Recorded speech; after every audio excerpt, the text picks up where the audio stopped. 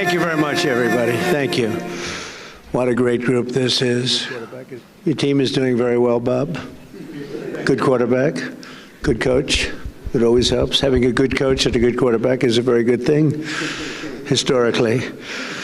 I want to thank Secretary Marco Rubio, who's my friend and a very talented man who works very hard, and his wonderful wife, Jeanette, for hosting us this evening as we... Thank you, Jeanette. Great job. As we celebrate the 2025 Kennedy Center's honorees, and they are great honorees. Sylvester Stallone, there he is, look at him.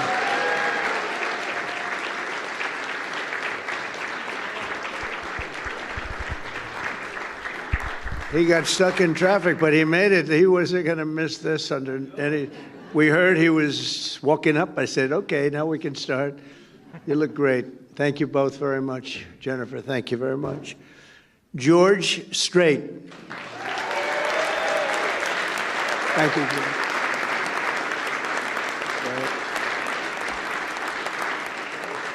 King of Country. That's great. Gloria Gaynor. Gloria.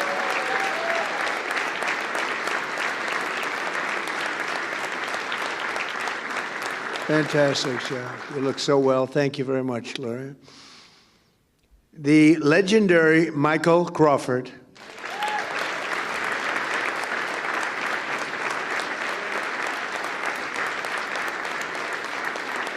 Thank you, Michael. Thank you, Michael.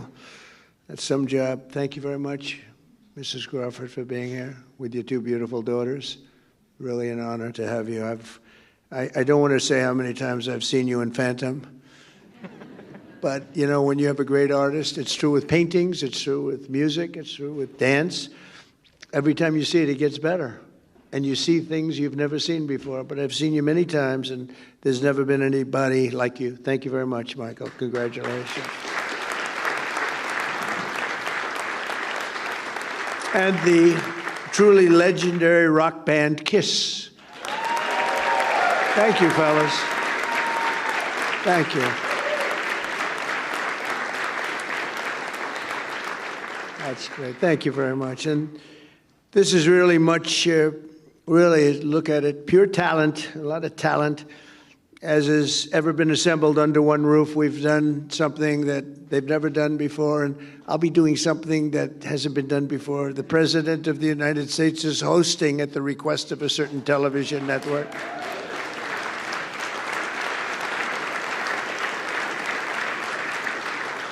And I'm doing it because I feel it's very important that we all get out and do something. And if that can make a difference, that's tremendous. But we have such wonderful people, and I don't mind doing it.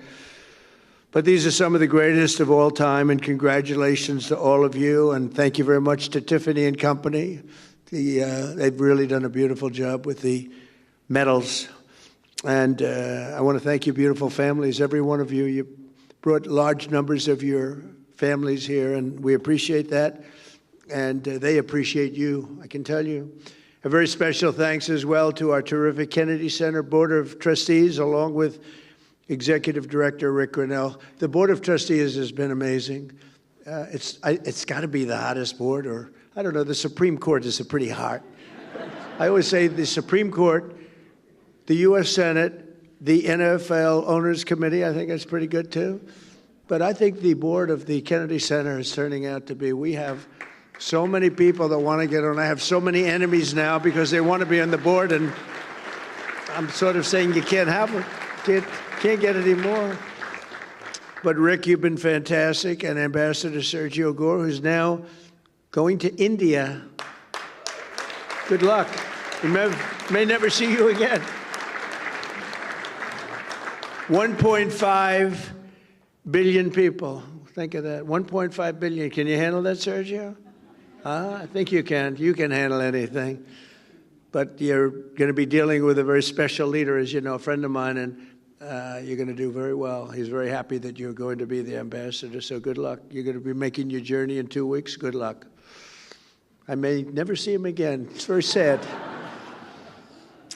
Also, I want to thank Secretaries Howard Lutnick, Doug Burgum, FCC Chairman Brendan Carr, my daughter Tiffany and her wonderful husband Michael, and so many other distinguished guests. We have so many people here, senators. We have other secretaries, and I'm just seeing some of you in the crowd. You are a good-looking crowd.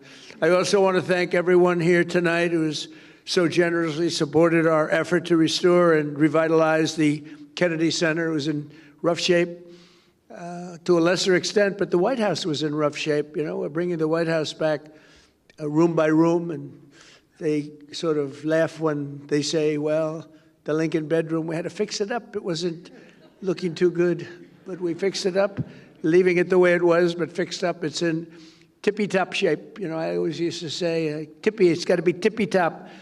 But you had a lot of other presidents that weren't into that. I've always been into it.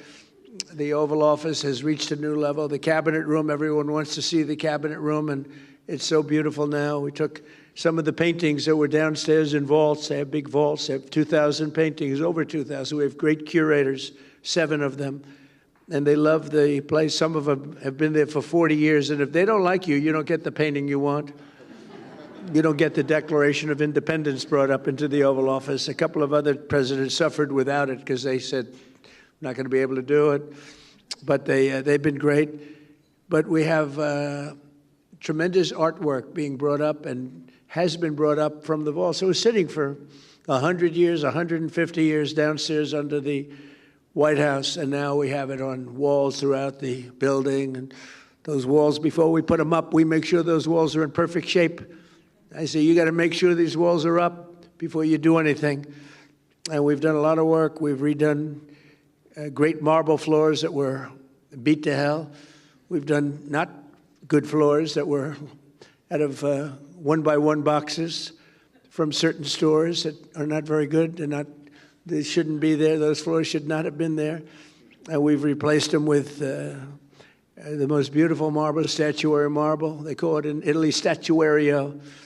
Great white and black marble that forms Greece and big parts of Italy.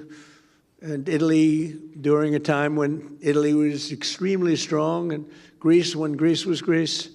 And they had that, and we now have that in the White House, replacing one-by-one tiles that were not good. But we've fixed the White House, and we've fixed the Kennedy Center. The Kennedy Center has some work to be done. We've worked very hard on it, actually. I spent a lot of time there with contractors. I mean, I go around. I have 2 jobs.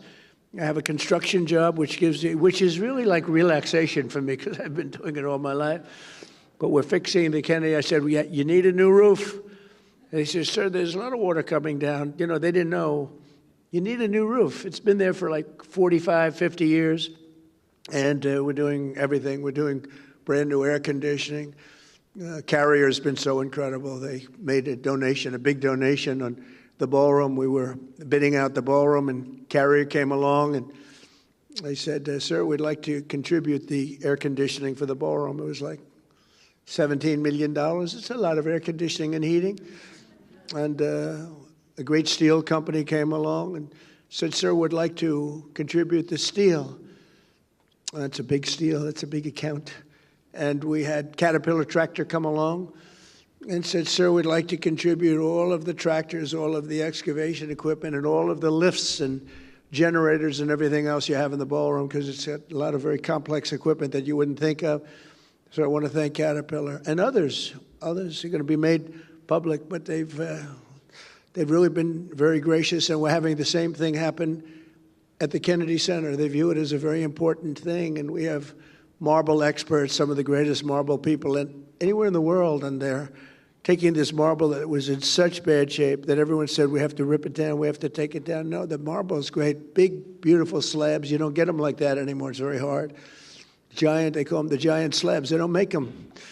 But with tender, loving care, and I always say, remember, if you take 1/100th of an inch off the top of the marble, you have brand new marble. People don't know that. They see the marble and they say, oh, the marble's stained or the marble's gone. I say, no, no. If you go just a little bit, if you take just a little bit of that skin off and you get it down, it's called grinding, you grind it down just 1/100th of an inch, you have a brand new slab of marble. and you've saved a little money, to put it mildly, like millions. The marble job was going to cost $59 million. They thought we had to take all the marble off the building and replace the marble with new marble. It was going to cost we had prices from 59 to 75 million. I think I'm going to spend $1 million to have it made beautiful. And what you replace it with was not nearly as good as what we already have. So it's sort of, I don't know, I like to tell you those little construction, because we talk politics all the time, and I like politics too. I said to somebody the other day, am I a better politician or construction real estate person? And they didn't know how to answer that question.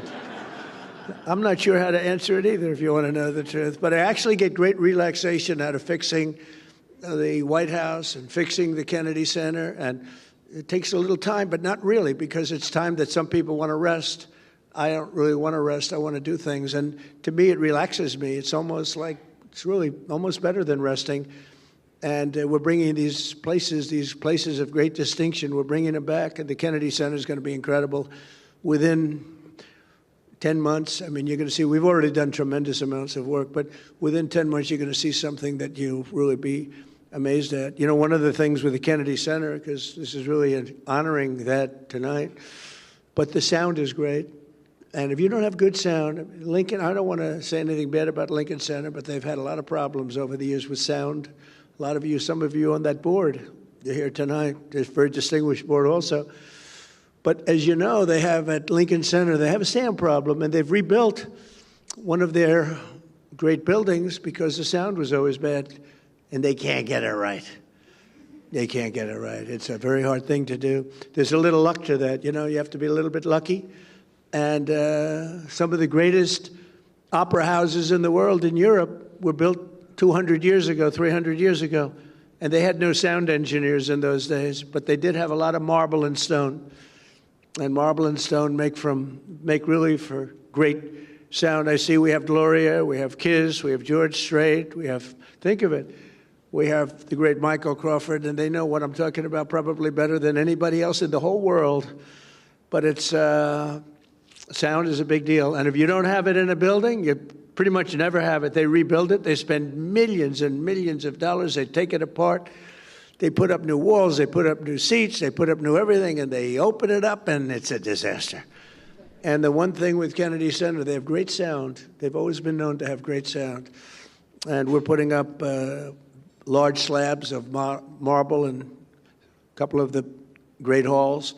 And it's already, we did some testing. It's made it, as good as it is, it's made it even better. Marble can do that. So we've reviewed everything you have to review and reversed the decline of this cherished institution. And the Kennedy Center was really, boy, the money they spent over the years. They spent so much money, and you couldn't see where the money was spent. We're still trying to find out where did they spend all that money, but they didn't know what they were doing, and it's a shame. And we almost lost that building. That building was very close, structurally and every other way. We've totally reversed it, and now it's going to be in great shape for literally for 100 years. It's going to be in great shape. It's going to be in better shape than ever before. So we've done a real job. We've secured historic funding for the Kennedy Center, and we got that in the great, big, beautiful bill. That's a bill that everybody said was impossible to get passed. They said, you can't do it. It's too big. It was supposed to be 17 bills. I said, let's put it in one, because the Democrats are absolutely crazy. And I have some Democrat friends here, but they're crazy. And they might have approved a couple of them, but most of them they wouldn't. I said, if we put it all in one, there's something for everybody. And we got it approved with a pretty small majority. We have the majority, but pretty small majority. We got it approved. And we got some support. We got a little support from some of the rational Democrats. But one of the things we were able to do is help very much the Kennedy Center. We got so many other things, though. Largest tax cuts in history. No tax on, think of this, tips.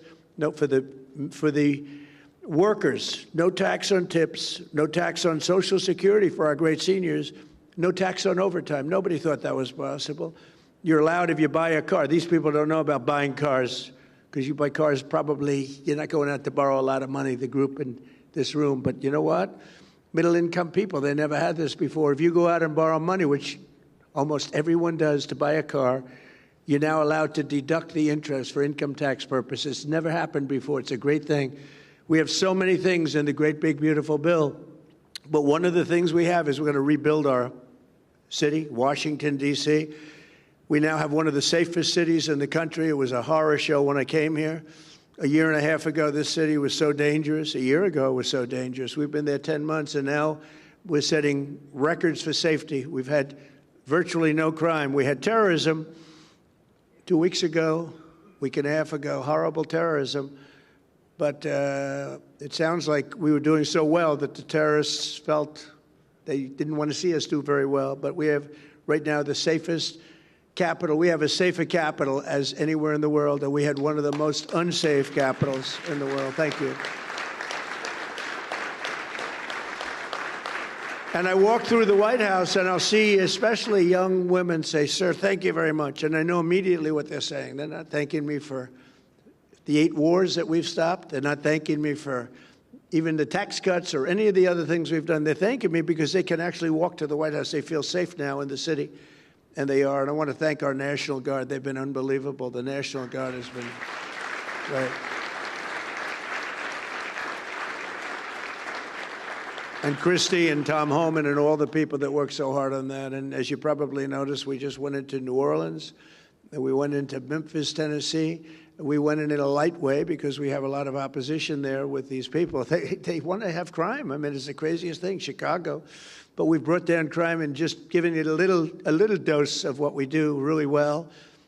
But we'll, at some point, just go in and do it exactly the way we want. We won't have any crime, and we'll have very little crime in Chicago, almost none.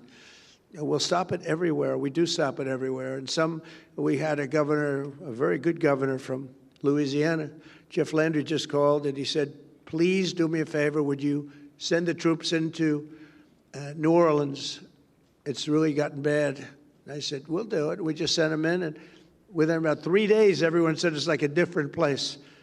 And he's a smart governor. And some of the governors, you'd be surprised at some of the ones that are calling. But we're stopping crime. I said we were going to, during the campaign, we're going to stop crime. Nobody knew we were going to stop it to this extent. Nobody knew we were going to have a border where in 6 months, not one person came into our country illegally. Think of that.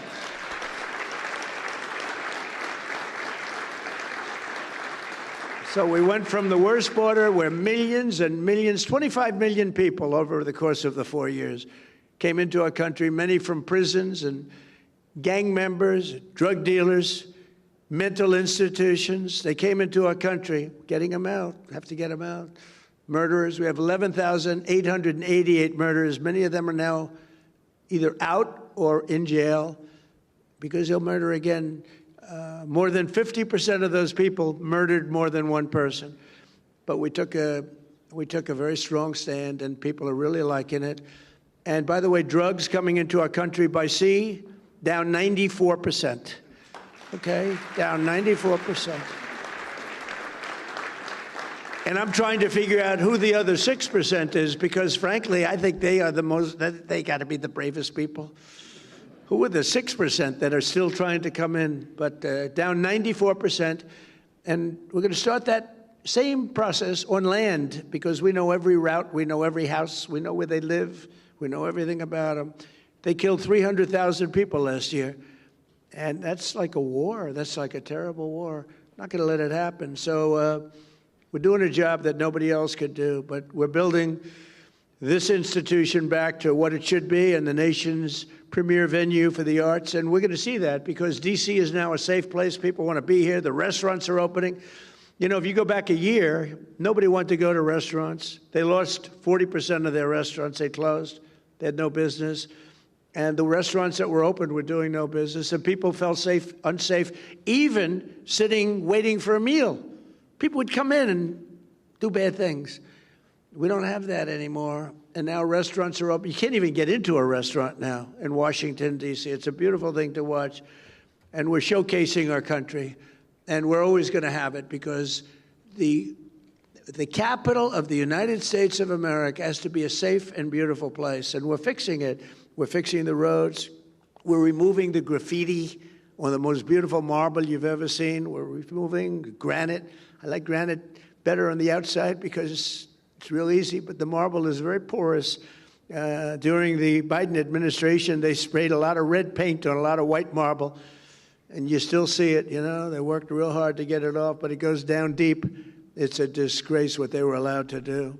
It was also a disgrace that they allowed millions of people into our country illegally, and people that were not people that we want to have. They weren't people that could love our country. We want people coming into our country that can love our country. So the generosity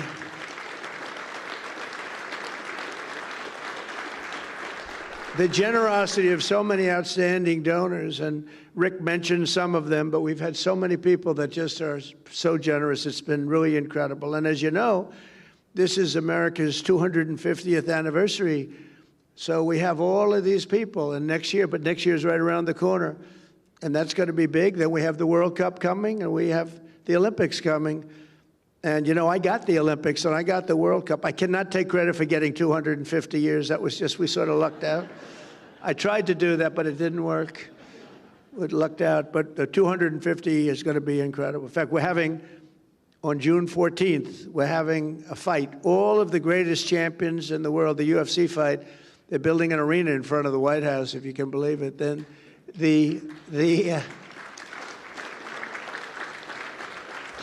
like 6,000 seats, and then they're going to build it for the fight. They're going to have the greatest champions of the world coming, and they're going to have over 100,000 people out. They're putting screens all over certain parts of Washington so everyone can see it. I don't think there'll be anything like it. It'll be on a Sunday night, June 14th. Flag Day happens to be my birthday, but I didn't do it for that reason. Just it actually, sir, we like the June 14th date. I said, you know, it's my birthday. They didn't know it, but they picked it. But it's, I'll take a little heat on that, but it's not that. But I will tell you, that's going to be some. Everyone's asking me for tickets for the UFC. That is going to be great. They're going to have the greatest champions in the world all fighting that night. The great Dana White does a great job, and he wanted to do it. And the White House will be the background of the fight. There'll never be anything like this. There has never been, and there never will be anything like that.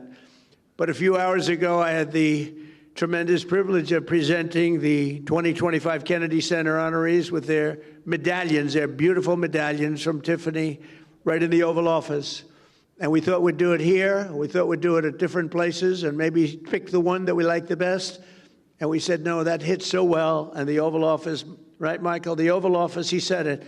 I've never seen anything like this. There's something about the Oval Office that's special. It's really just special. Even in its poorer state, it was still the Oval Office, and we appreciate it, and we have great respect. So many things happened in the Oval Office, and they got to see the beautiful cabinet room, which we've brought back to life like it should be. Beautiful. It's a beautiful room, and it's really a beautiful room once again. Actually, more beautiful than it ever was. It was never like this. But the American people are proud of our country. We're proud of our beautiful White House, and we're proud of our beautiful Kennedy Center. And now you have it at the top of the line. The lives they've led, these wonderful people that are here tonight, the legacies that they forged have become integral part of Americans' priceless cultural heritage. All of the people that we honor tonight are such beautiful words. I mean, you're priceless. It's a cultural heritage that you've created, each of you in a very different way, most of you in a very different form, catering to different people, frankly. But you add it up, and it's 100% of our population. Each of them has given us treasures that will be passed down to every future generation. And I don't think you even appreciate what you've done. I don't think you really appreciate your greatness.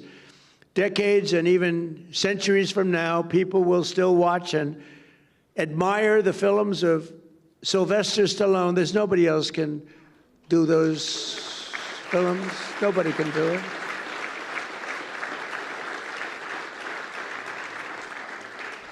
You know, he started Rocky. He had no money at all, and he had nothing. He had a car that barely couldn't, you know, he left New York. I think a place called Brooklyn, right? Brooklyn, good place. A lot of good people come out of Brooklyn. But he got that car to just get him there, and he stayed in his car, and he slept, and he wrote this script called Rocky, along with about 20,000 other people. Everybody writes a boxing script, right? But for some reason, they loved it. And Sly didn't have 10 cents, had nothing. And they offered him, like, a lot of money. They offered him, I think, $500,000, some number that he never even thought was even possible. And he said, no, I don't want it. I want to make sure that you're casting the right person to play the role. And they said, well, we have stars. And they brought in stars. But the stars didn't have good bodies. They were flabby. They were not really boxers. And Sly would look at some of these guys, big names. He was intimidated in one way, but in the other way, he said, that guy can't play the role. And we won't say the names of the people, but they're really top actors. And for some reason, here's a guy that had no contacts, no anything, but they loved this. One studio in particular loved this script. And they were going crazy over it. And they brought in the top people, and Sly said, let me see your box. And they have a guy, and he said, he can't play the role. He had a lot of flab around the upper chest area. It's supposed to be solid like a rock. And then they brought in another one. And finally, they looked at Sly. They said, oh, man, you're in good shape. You think you could play the role? He said, I'll play the role. I'm not going to let somebody else play it. And he was actually willing. He thought they'd have somebody, but he said, that's not a boxer. That's not a fighter. These are good movie stars. Keep their shirt on, but they're good movie stars. But they're not fighters, right? And he took that role, and the rest is history. The rest is history. But think of it, how many people would turn down, a tremendous, enough money, he probably thought he could live for the rest of his life. He probably could have if he had to. But who would turn down that kind of money? And he did it. He didn't want to have anything to do with it. He wanted it to be right. And who would then think of it as, isn't it just about the largest grossing movie? It's like, there's never been anything like it. Rocky, the whole Rocky series, it's been incredible. And then you had a little thing called Rambo. I loved Rambo, Sly, I'll tell you. I loved Rambo. I got to watch Rambo one time. I said, I wonder what this is all about. I went to a movie theater a long time ago when I used to go to movie theaters. I'd like to go again. I loved them. I loved the popcorn. And it was Rambo. I knew nothing about it, but I liked Sly. So I said, let's go see it. After about 4 minutes, they said, this movie is great. Rambo, I think Rambo gave Rocky a little run, too, if you want to know the truth. Loved it. We loved all of them. But really, a legend, and each of the people that are being honored, they're treasures that really will be passed down to future generations, decades and centuries from now. People are going to be looking at your work. They're going to be seeing every one of you. Your work is so incredible. And they'll be thrilling to the performances of Sly and the performances, it's all on tape, of the great Michael Crawford and Phantom. It's all on tape, thank goodness for tape. Because if you couldn't see him, if you would miss that, if you wouldn't see Michael Crawford, the way he moved, the voice was magnificent, but the way he moved and the hands, the whole thing, it's just, there'll never be anything like it. But we have it on tape from every different angle, so guess what? You're lucky. There are a lot of great people that they've never been preserved that way, but you've been preserved. And people are going to be looking, people are going to be watching that and comparing in other plays and in other forms and other venues. They're going to be looking and comparing others to you. And I don't think they're ever going to find anybody like you, Michael, okay? I know something about that business. I don't think they'll find anybody like you. The look, the movement, the whole deal, and then the voice, right? The voice, that beautiful voice. And they'll still know the unforgettable songs of George and Gloria and Paul, Gene, Peter, and the late, great Ace Frehley, who's represented by his daughter, and she was crying she was crying. And all that meant to me is one thing, she loved her father, right? She loved her father.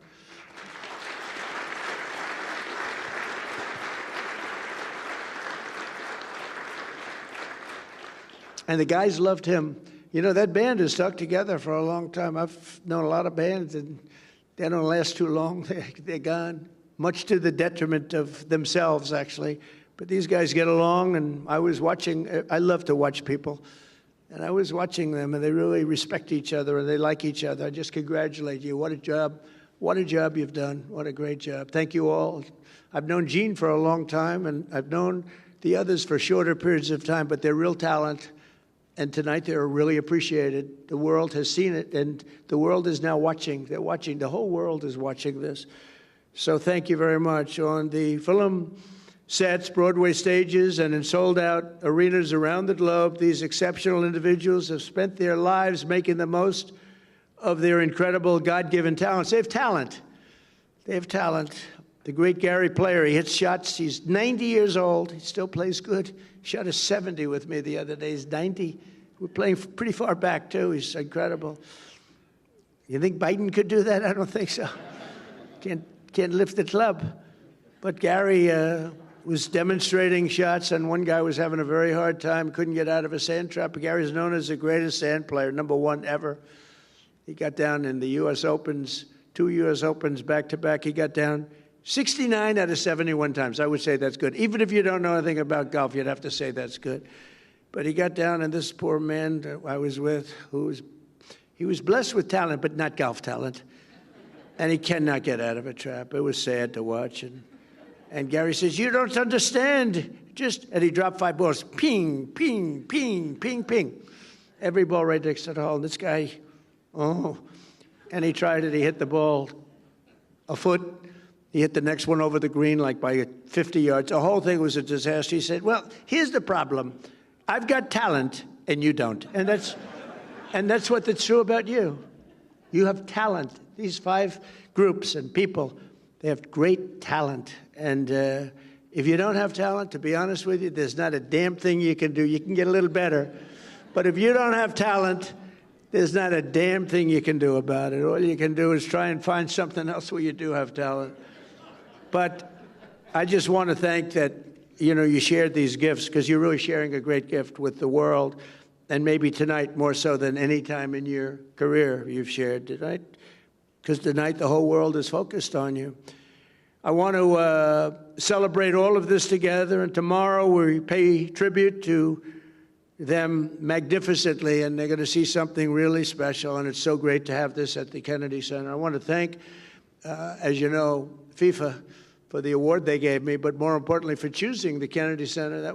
We had over 1 billion people watching they were choosing the teams, which team is playing the next team, and you can imagine the thrill. But Johnny, who's the commissioner, he's a fantastic guy. I guess you have to say he's like the biggest guy in sports, Bob. He's big. He's saying we have 58 Super Bowls. I don't know if that's true, but let's say we have a few of them. But they have a lot of matches, and it's all taking place here. Don't forget, when I made that deal during my first term, and then I made the deal for the Olympics, and I said, man, it's so bad, because they were made 6 years away. So I said, I won't be president. And then I got screwed, and I said, let's do it again, and I did it again. We did great the second time, unbelievable. We won by a lot. But the third time, we won by 10 million votes. But it was a COVID era. A lot of things happened, and a very crooked election, a lot of crooked people. But I said, we got to do it again. That's why we never give up. These people have never given up. They don't give up. Bob Kraft never gave up. Did you ever give up, Bob? I don't think so. Bob Kraft, have you ever given up, Bob? Look at him. He had a lousy team last year. He didn't know what to do. And now he's leading the NFL again.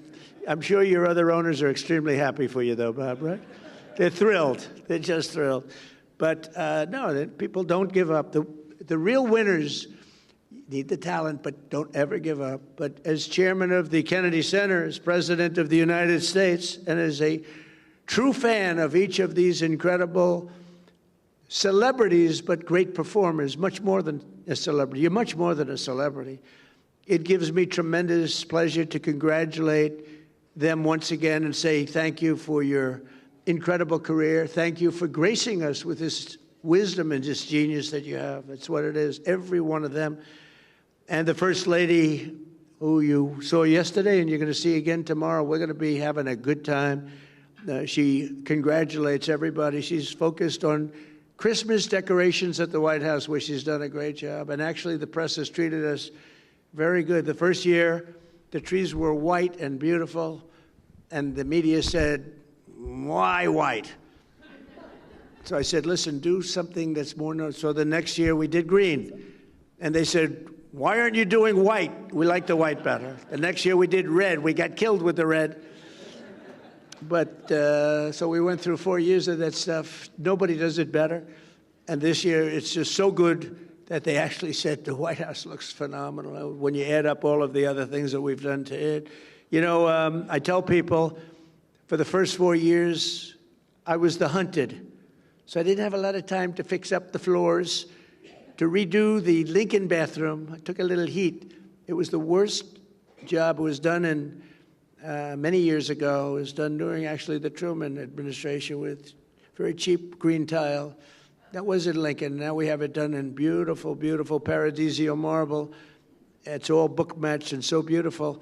And people said, oh, why is he wasting time? That's not wasting time. That's saving our heritage. You know, many, many things like that.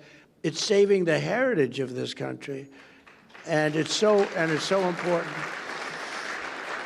But I'm just going to leave you with the fact that this is a very brilliant and very important group of people that are in this room tonight. A lot of people wanted to be here, and the ballroom is very small, Marco. I mean, this is like, you know what this is? About 1/10. This is Section A of what's being built. This is like a little corner, but it is beautiful. And I have to say this: Marco Rubio is a great Secretary of State. And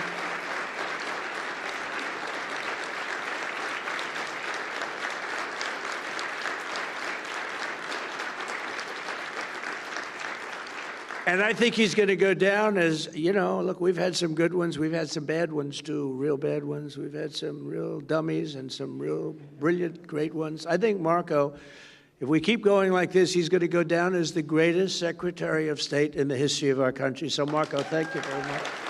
Thank you very much. And I just want to thank everybody. It's a very special journey that we're on. It's a beautiful journey, and we're beautifying our country. We're strengthening our country. We're respected again as a country. We're so respected now, like never before.